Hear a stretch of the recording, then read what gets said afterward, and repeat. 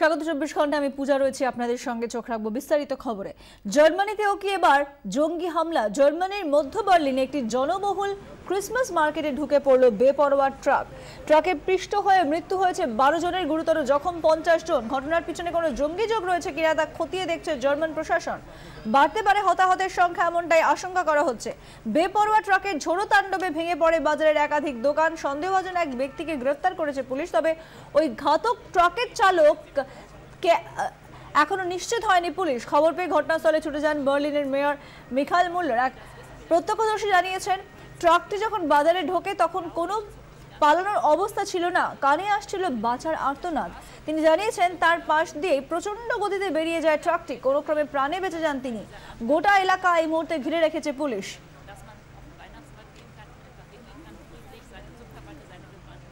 বড়দিনের মুখেই বার্লিনে রক্ত স্নান, ফিরল ফ্রান্সের নিস হামলা স্মৃতি।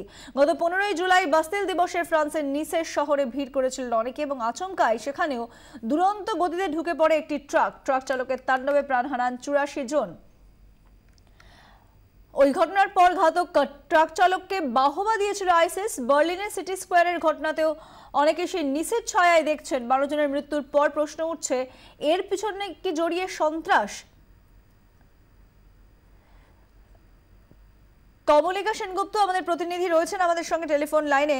কমলিকা, এখনো পর্যন্ত আর কি কি তথ্য উঠে আসছে, কি জানা যাচ্ছে? দেখো, এটা হঠাৎ করে এরকম ভাবে কালকে যখন ক্রিসমাস মার্কেট চলছিল বার্লিনে, তখন এই ট্রাকটা ঢুকে পড়ে এবং তাতে এত ক্ষয়ক্ষতি হয়, এতজন মারা যায় এবং 50 জনের ওপরেও আহত। এবং সবচেয়ে গুরুত্বপূর্ণ বিষয় হচ্ছে যে এখন অব্দি বার্লিনের তরফ থেকে কোনো স্টেটমেন্ট আসেনি এটা টেরর অ্যাটাক কিনা।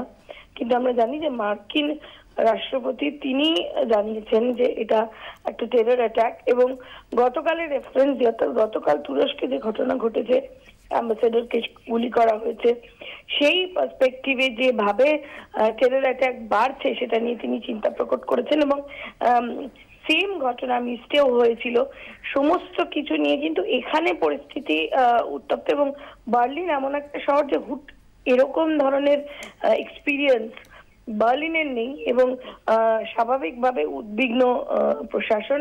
সমস্ত জায়গায় সার্চ অপারেশন চালানো হচ্ছে এমনটাই জানা যাচ্ছে কি। এবং গতকাল থেকে আজ অব্দি বছর শেষের সময় এই ধরনের টেরর অ্যাটাক খুব উদ্বেগে ফেলেছে প্রশাসনকে। এখনো পর্যন্ত এই ঘটনার দায় স্বীকার করেছে কোনো জঙ্গি গোষ্ঠী? এখন অব্দি কোনো জঙ্গি গোষ্ঠী দায় স্বীকার করেননি।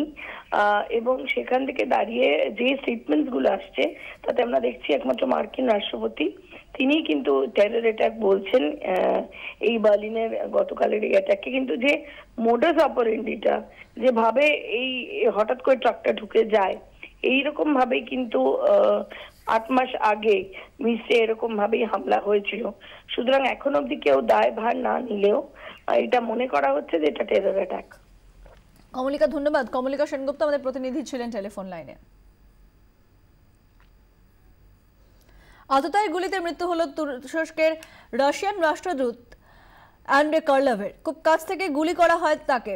গুরুতর জখম অবস্থায় তাকে নিয়ে যাওয়া হয় কাছের একটি হাসপাতালে, সেখানেই তার মৃত্যু হয়।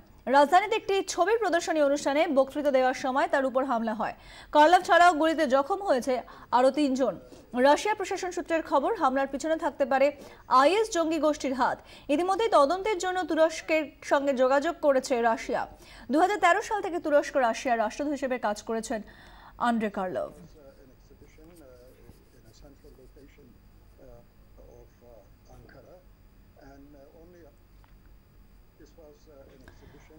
আততায়ীর গুলিতে মৃত্যু হলো তুরস্কের রাশিয়ান রাষ্ট্রদূত আন্দ্রে কার্লভের। খুব কাছ থেকে গুলি করা হয় তাকে লক্ষ্য করে এবং গুরুতর জখম অবস্থায় তাকে নিয়ে যাওয়া হয় কাছের একটি হাসপাতালে, সেখানেই তার মৃত্যু হয়। রাজধানীতে একটি ছবির প্রদর্শনী অনুষ্ঠানে বক্তৃতা দেওয়ার সময় তার উপর হামলা হয় এবং এই ঘটনায় কার্লভ ছাড়াও গুলিতে জখম হয়েছেন আরও 3 জন। রাশিয়ার প্রশাসন সূত্রের খবর, হামলার পিছনে থাকতে পারে আইএস জঙ্গি গোষ্ঠীর হাত। ইতিমধ্যেই তদন্তের জন্য তুরস্কের সঙ্গে যোগাযোগ করতে শুরু করেছে রাশিয়া। 2013 সাল থেকে তুরস্ক রাশিয়ার রাষ্ট্রদূত হিসেবে কাজ করছেন আন্দ্রে কার্লভ।